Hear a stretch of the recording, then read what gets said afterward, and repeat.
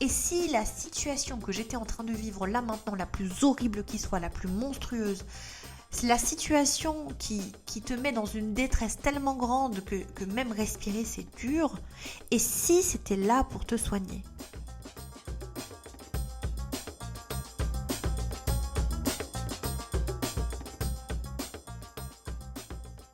Hello, coucou toi, j'espère que tu vas bien. Je suis super contente de te retrouver pour un podcast qui dénote un petit peu, pour un podcast qui, j'espère, va pouvoir t'aider à introduire des sphères difficiles d'accès.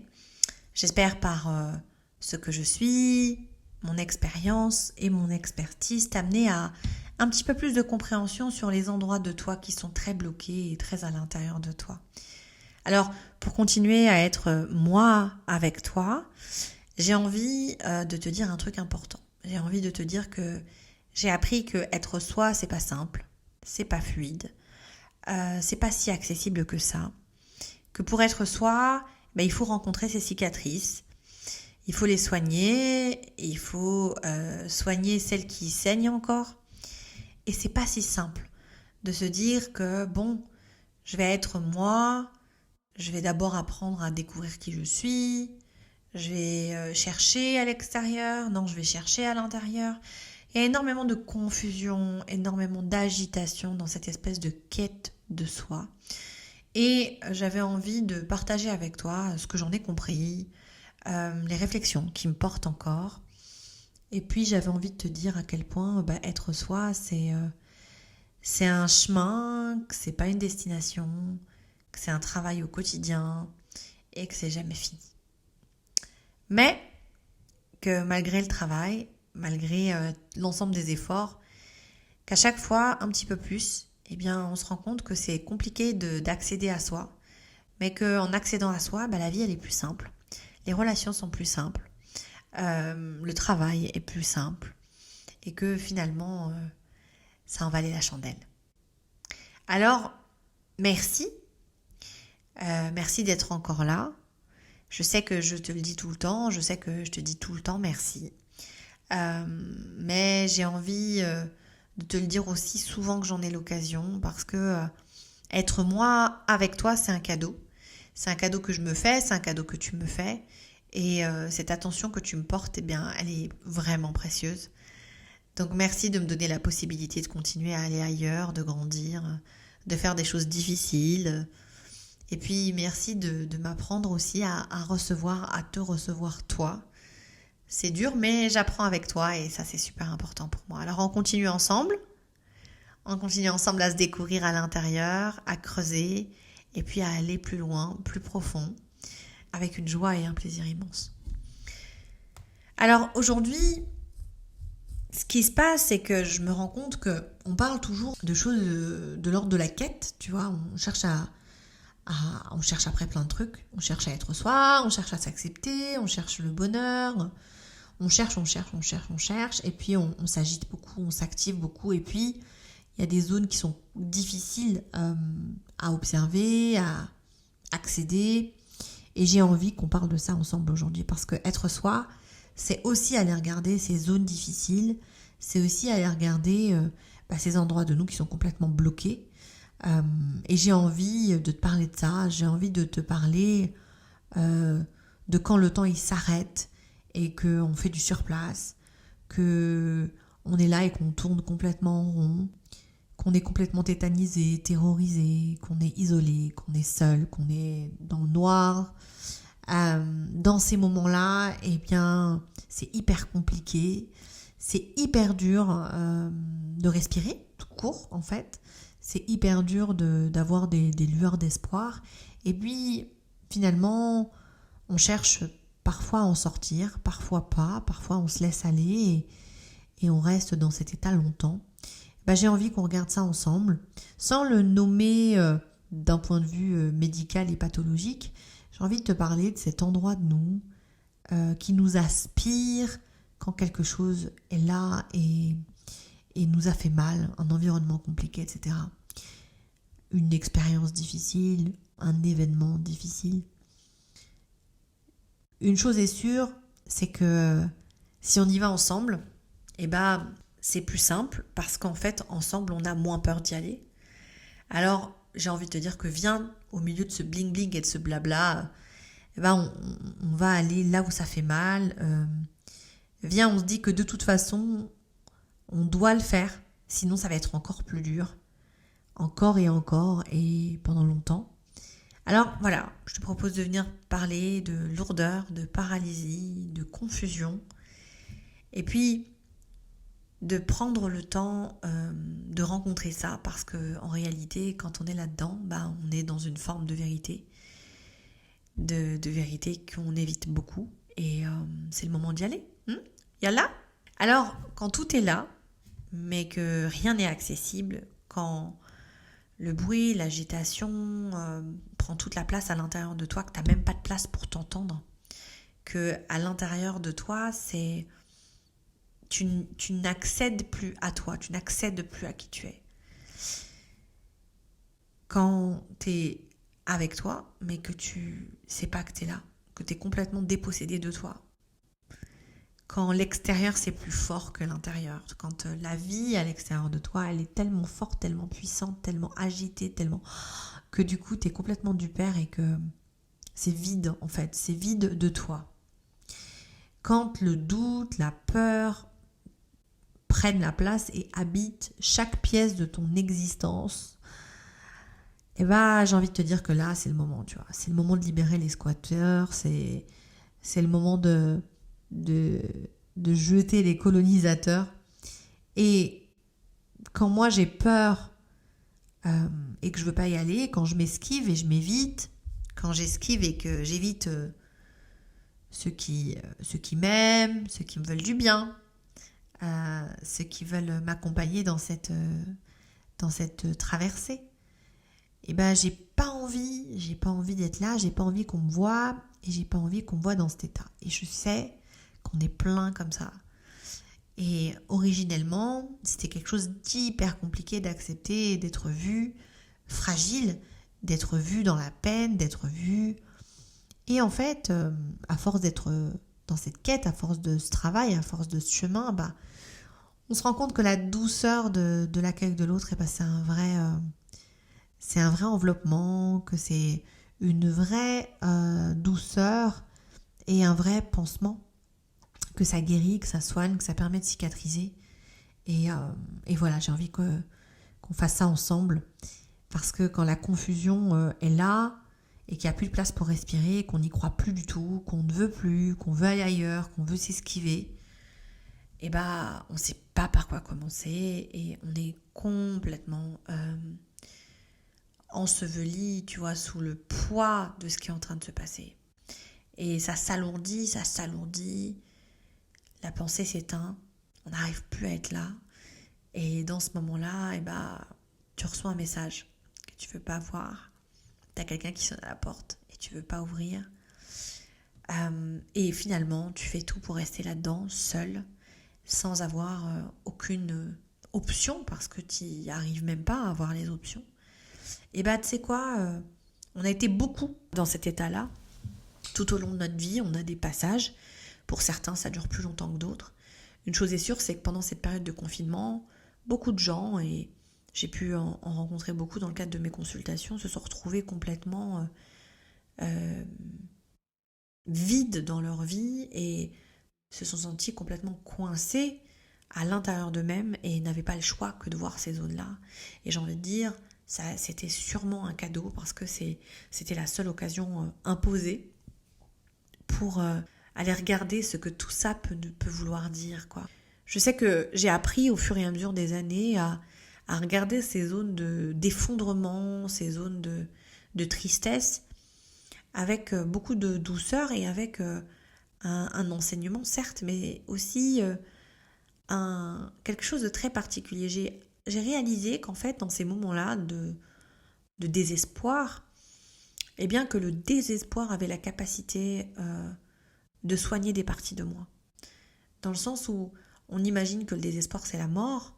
Et en fait, j'ai l'impression qu'à chaque fois que j'ai été profondément désespérée, c'est là que j'ai commencé à vivre. Alors bien sûr, tout de suite après, mais j'ai tellement rencontré le noir, l'obscurité, le chaos, que du coup j'ai pu revisiter des choses et puis proposer un nouvel élan à ma vie à chaque fois. Et les fois où j'ai pas voulu regarder ça, les fois où malgré le chaos, malgré l'effondrement, malgré la difficulté, je faisais ce que je pouvais, je m'agitais, je m'activais, je pleurais un bon coup, je repartais à droite, à gauche, et du coup, j'avais aucune option, aucune possibilité pour guérir et soigner la partie qui a besoin d'être soignée. Et j'en ai conclu que finalement, je regarde plus les moments de détresse comme des moments à éviter, mais plutôt comme des passages obligatoires pour me soigner. Et du coup, ça dure beaucoup moins longtemps, c'est beaucoup moins agité, c'est beaucoup moins douloureux, et j'arrive à les traverser avec j'allais dire, faut pas déconner, je vais pas dire souplesse, mais en tout cas avec plus de dextérité. Alors, moi je sais que ce qui peut me soutenir là-dedans, c'est de regarder ce que j'aime, ce qui me fait grandir, ce qui m'invite à aller dans la joie, de me connecter à des vibrations positives. Après, je continue à faire un espèce de rangement détaillé de tous les colonisateurs que j'ai pas invités chez moi, tu vois. Je me dis, mais comment ça se fait qu'ils sont là? Comment ça se fait qu'il y a cette zone-là qui est habitée par un tel, il y a cette zone-là qui est habitée par un tel? Qu'est-ce que je décide là? Je fais un rangement assez précis et je me dis, ok, mais qui est là et pourquoi et qui l'a invité? Quelle partie de moi l'a invité en fait? Parce que moi, j'ai en conscience pas invité ces gars-là, mais en clair, il y a bien quelque part quelqu'un à l'intérieur de moi qui les a invités. Des gens qui peuvent être toxiques, des gens qui peuvent être dans la volonté de prendre et de pas beaucoup donner. Je les ai invités dans ma vie, donc c'est le moment de me poser la question de savoir pourquoi je les ai invités en fait, ou quelle partie de moi les a invités. Et puis je me donne le droit de dire stop, de dire attends, non, je veux savoir, je veux décider de moi à moi, sans toi. Je me donne le droit de dire ok, tu sais quoi, là, en fait non, j'ai besoin d'une pause. Et puis dans un second temps, je regarde mes forces, mes ressources, les options qui sont là, et puis tout ce que j'ai été capable de construire jusque maintenant. Parce que finalement, quand je regarde ce qui s'est passé et le chemin parcouru, je me dis en fait waouh, c'est ouf quand même tout ce que j'ai pu faire et tout ce que j'ai pu construire. Et quand je l'oublie, j'ai 2-3 copines qui savent qui je suis et je les appelle dans ces moments de détresse en leur disant tu sais quoi là, est-ce que c'est possible pour toi de me rappeler qui je suis? Parce que là maintenant tout de suite j'ai oublié. Et je sais que avoir pris conscience de ça, avoir pris conscience que il y a des gens dans ma vie qui n'oublient pas qui je suis, qui n'oublient pas ce que j'ai pu accomplir, à la fois pour eux mais dans ma vie tout court, les chemins par lesquels je suis passée. Quand moi je l'oublie, quand moi je sais plus où j'en suis, quand moi je suis dans la détresse, je sais que je peux contacter ces 3 potes et je sais que elles vont me rappeler qui je suis. Et après, très vite, je dis ah ouais, ok, c'est bon. Je sais que je peux tenir le coup, je sais que je peux être debout et je sais que c'est ok, que ça va passer. Parce que dans ces moments-là, on a besoin de rappel. On a besoin de rappel de nos forces, de nos ressources et de tout ce qu'on a accompli. Donc, c'est un moyen de se désencombrer de ce qui nous charge et de ce qui me charge au point de me faire disparaître, tu vois. Et puis de m'accrocher au fil le plus clair, le plus lumineux. Et souvent, ça passe par des gens que j'aime profondément, des gens qui me rappellent qui je suis quand moi je l'oublie. Et puis quand je suis face à ce vide-là, je lui parle. Je lui dis ok, t'es qui, t'es quoi, pourquoi t'es là? Peut-être qu'on peut se rencontrer vraiment dans ce chaos, hein. Et finalement, peut-être que ce chaos, c'est pas forcément la mort, et que ça indique pas forcément qu'il va y avoir une extinction de moi, en fait. Bien au contraire. Et franchement, je sais qu'à chaque fois que ça a été le cas, je me suis dit, il faut que je sache faire face à ce qui est en train de se passer avec ma vulnérabilité. Et donc, à partir de là, je peux construire un nouveau moi, un nouveau monde, une nouvelle perspective parce que j'ai rangé, j'ai construit, j'ai regardé les colonisateurs, j'ai regardé la douleur, j'ai regardé toutes mes forces, toutes mes ressources. Et puis, j'ai fait cette espèce d'état des lieux général de ce que je vis et de ce que je suis finalement pour pouvoir avancer tranquillement vers l'étape suivante. Et dans ces moments-là, c'est dur de le faire seul. C'est très dur de le faire seul parce qu'en fait, on se sent incompris, on se sent rejeté, on se sent hyper décalé. Et c'est pas grave en fait. Parce que finalement, être seul, c'est aussi un moyen de pouvoir prendre conscience de la manière dont on s'habite à l'intérieur.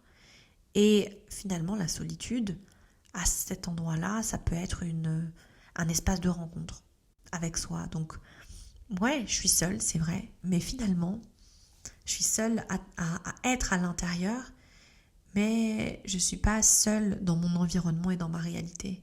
Et c'est ça qu'il faut qu'on se rappelle. Il faut qu'on se rappelle que notre réalité intérieure, elle est souvent beaucoup, beaucoup moins jolie que notre réalité extérieure. Alors tu vois, le truc c'est que souvent, on se dit que les situations se répètent, les embrouilles se répètent, les conflits se répètent. Et on a un truc, c'est qu'on cherche forcément un moyen, soit d'esquiver le conflit au maximum, donc on ne veut pas de problème, soit on reste complètement coincé dans ce conflit et on le ravale, on le refoule, il nous consume et on est complètement nourri et encombré de frustration, de rage et parfois même d'envie de vengeance. Et on se pose pas la question de savoir pourquoi est-ce que ça continue encore et encore, pourquoi ça se répète. Pourquoi est-ce que tu te retrouves toujours dans cette situation-là, la même là? Pourquoi est-ce que tu as le même problème, le même conflit?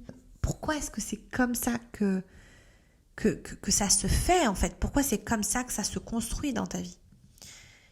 C'est vraiment un truc hyper dur à regarder parce que ça parle de ta responsabilité, en fait, de notre responsabilité à créer notre vie.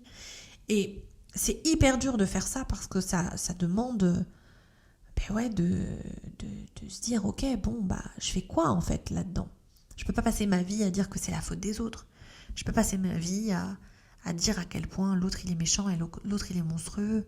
Et peut-être qu'il n'est pas que monstrueux et peut-être qu'il n'est pas que méchant.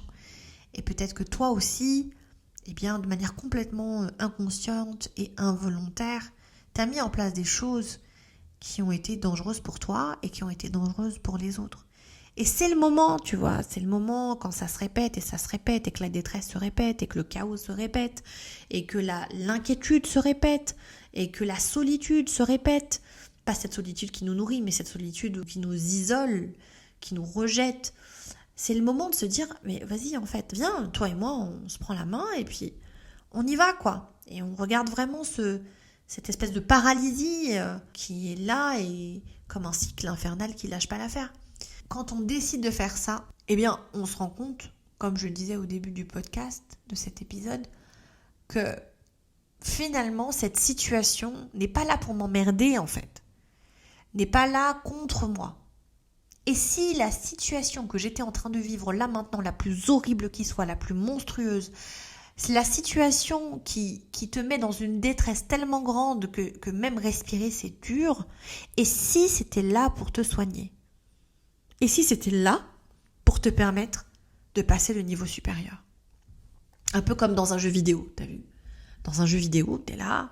Enfin, ça fait longtemps que j'ai pas joué aux jeux vidéo, j'avoue. Mais en gros, à l'époque, tu passais des vies, tu vois. Et c'était hyper dur. Que ce soit sur un truc où il y a de la bagarre, ou que ce soit sur un truc comme Mario ou Sonic ou tout ça, tu tapes sur des levels et plus tu montes de level, plus c'est dur en fait. Parce que évidemment que le monde d'en haut est encore plus beau que celui que tu as.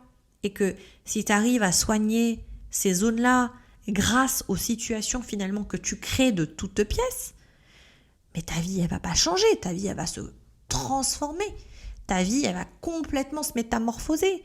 Et en fait, on n'a jamais terminé parce que peut-être que c'est ça la mission qu'on a ici. Peut-être que la mission qu'on a là, c'est de nettoyer, de guérir et de passer d'une vie à une autre. Encore faut-il vouloir et être en conscience que tu veux passer d'une vie à une autre. Et peut-être que ta vie te convient très très bien et que tu n'as rien envie de changer. Ce qui m'étonnerait, c'est quand même très difficile de ne pas avoir envie de changer rien du tout. Mais j'en ai connu des gens comme ça qui avaient tellement peur du changement qu'ils se disaient non, non, non, non, tout est ok pour moi. Et bien peut-être qu'il y a des endroits de toi que tu as envie de développer, que tu as envie de rendre plus souple. Et bien, viens à partir de maintenant, on se dit que quand on a une galère, c'est là pour nous soigner. C'est plus la même chose, c'est plus la même perspective. Parce qu'en vrai, quand la galère elle est là, quand tu respires pas, quand tu es complètement dans le noir, mais tu peux pas te dire ouais non, on fait tout ça. Si, vas-y, c'est une manière qu'a trouvé ton corps, ton âme, ta psyché, de faire un nettoyage, de mettre à jour et de t'aider à prendre conscience, quoi. Tu sais quoi ? Prends-le, embrasse-le, mets-toi au service de ça. Mets-toi au service de ce que tu t'es construit pour pouvoir aller à l'étape supérieure, l'étape qui t'est finalement destinée. Parce que finalement, être conscient, c'est gagner en conscience, c'est ça, c'est traverser des vies en décidant de se soigner le plus possible et de soigner ce qui se montre à nous et ce qui s'invite dans nos vies pour être soigné. J'ai envie qu'on se dise que finalement, ce mal qui nous arrive, c'est peut-être là pour nous faire naître à autre chose.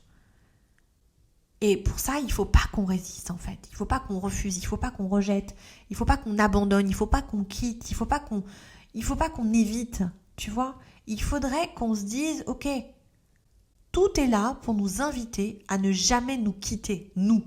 Donc si la répétition, c'est un moyen de nous dire que on est trop loin de soi, si la répétition de ces événements difficiles, c'est un moyen de nous dire qu'on est trop loin de nous, peut-être qu'on ne se connaît pas assez, peut-être que ce qu'on ne connaît pas de nous est là et qu'il faut pousser la porte pour le regarder. Peut-être que ce nous qui est si mystérieux, qu'on est en train de découvrir au fur et à mesure, peut-être que ce nous supérieur qui a orchestré toute cette difficulté, a un message à nous faire passer et un endroit vers lequel il veut nous orienter. Alors c'est le moment pour moi, tu vois, de dire que finalement au milieu de cette confusion et de ce chaos, se questionner sur l'importance de son écoute et du message finalement caché ou pas qui est là dans ce qu'on est en train de vivre. Du coup, c'est moment de regarder les couleurs de ce noir, de cette obscurité, de cette difficulté, parce qu'en fait, elles sont subtiles et délicates, mais elles ont des reflets. Et ces reflets, ils sont très différents et très uniques. C'est le moment aussi de se sentir vivant dans ta vie. Et ça se passe uniquement en rencontrant toutes ces ombres et tous ces reflets. Et ça continue encore et encore toute la vie, parce qu'en vrai, on a des choses à soigner, à réparer, et on doit apprendre à se regarder et à se dire ce qui ne se dit pas. On doit apprendre à regarder ailleurs, là où ça fait peur. On doit apprendre à se donner la main et à accepter la main de celui qui veut bien nous la donner. On doit dire stop à cette réalité qui, finalement, dans ta vie, tire la sonnette d'alarme depuis tellement longtemps et te dit à quel point c'est le moment de t'arrêter, en fait. C'est le moment de dire stop. Finalement, on a la responsabilité de traverser cette espèce de froid, cette espèce de congélateur complètement figé de nous à l'intérieur pour rencontrer la douceur du partage qu'on peut avoir avec soi. Et ça, c'est pas rien, parce que ça veut dire que si je me considère comme un être à explorer, si je me considère comme un être à élever, eh bien, je ne résiste plus et j'accueille. Et même dans cette zone d'ultra obscurité, d'ultra chaos, eh bien, il y a, au-delà des enseignements évidemment, mais il y a une guérison à portée de main. Et j'ai envie de te dire à quel point parfois ces plus grosses lourdeurs, ces plus grosses détresses sont des vraies naissances et sont des vrais moyens de passer le niveau supérieur. Alors il y a des gens qui te quittent, il y a des gens que tu quittes, il y a des gens qui te trahissent, il y a des gens qui se sentent trahis par toi, il y a des mondes qui s'éteignent, et puis il y a des mondes que tu peux rallumer. Et là, j'ai envie de te dire que ce n'est pas que dans le sourire, dans la joie, dans la stimulation, dans l'intellectualisation, c'est pas là-dedans que tout se trouve. Il y a des belles choses qui se trouvent là, mais il y a des belles choses aussi que l'on peut trouver dans cette espèce de chaos et de détresse qu'on peut vivre. Alors, viens, on arrête de diaboliser tout ça, viens, on arrête de diaboliser la douleur. La douleur, elle est là, la douleur fait mal, mais elle n'est pas là pour te faire mal. Peut-être que la douleur est là pour te dire des choses que tu n'arrives pas à voir et qu'elle est un moyen de te rappeler à l'ordre. Et j'ai envie que là, maintenant, tout de suite, on puisse se dire que la douleur, eh bien, c'est un message et que ce message, c'est à toi de le regarder, de l'écouter, de le trouver. Et que peut-être que cet épisode, peut-être que le partage de mon expérience et de ce que j'ai pu vivre, peut-être qu'il va t'amener à regarder l'une de tes plus grosses douleurs, plusieurs de tes plus grosses douleurs, avec cette idée que finalement, heureusement que c'est arrivé, heureusement que tu as dû traverser ça, parce que finalement, ça t'a permis de gagner énormément de temps, énormément de bénéfices, et que ça valait le coup d'avoir si mal pour toucher à cet endroit-là. Et puis peut-être que tu le vois pas encore. Peut-être que la douleur est tellement grande et que son odeur est tellement grande que du coup tu vois pas encore le bénéfice. Mais j'ai envie de te dire que dans chaque mal, il y a un bien, et que dans ce bien, eh bien, il n'est pas facile et il est pas facile de le voir tout de suite, qu'il faut beaucoup de temps, beaucoup de patience et énormément d'accueil. Merci de m'avoir écouté pour ce podcast un peu différent. Merci de prendre le temps d'être avec moi et de m'accueillir telle que je suis. Et puis, merci de transmettre, de partager, de diffuser. Parce qu'en réalité, ce podcast, c'est pas un enseignement, c'est pas des théories, c'est un moyen de pouvoir être proche, intime, en contact. Peut-être que ce que je suis, ce que je fais, va te permettre de rencontrer des zones de toi. Et ça, ce serait un très beau cadeau. Donc n'hésite pas à le partager, n'hésite pas à me le dire. Et bien sûr, j'attends tes retours, peut-être pour des idées de prochains épisodes.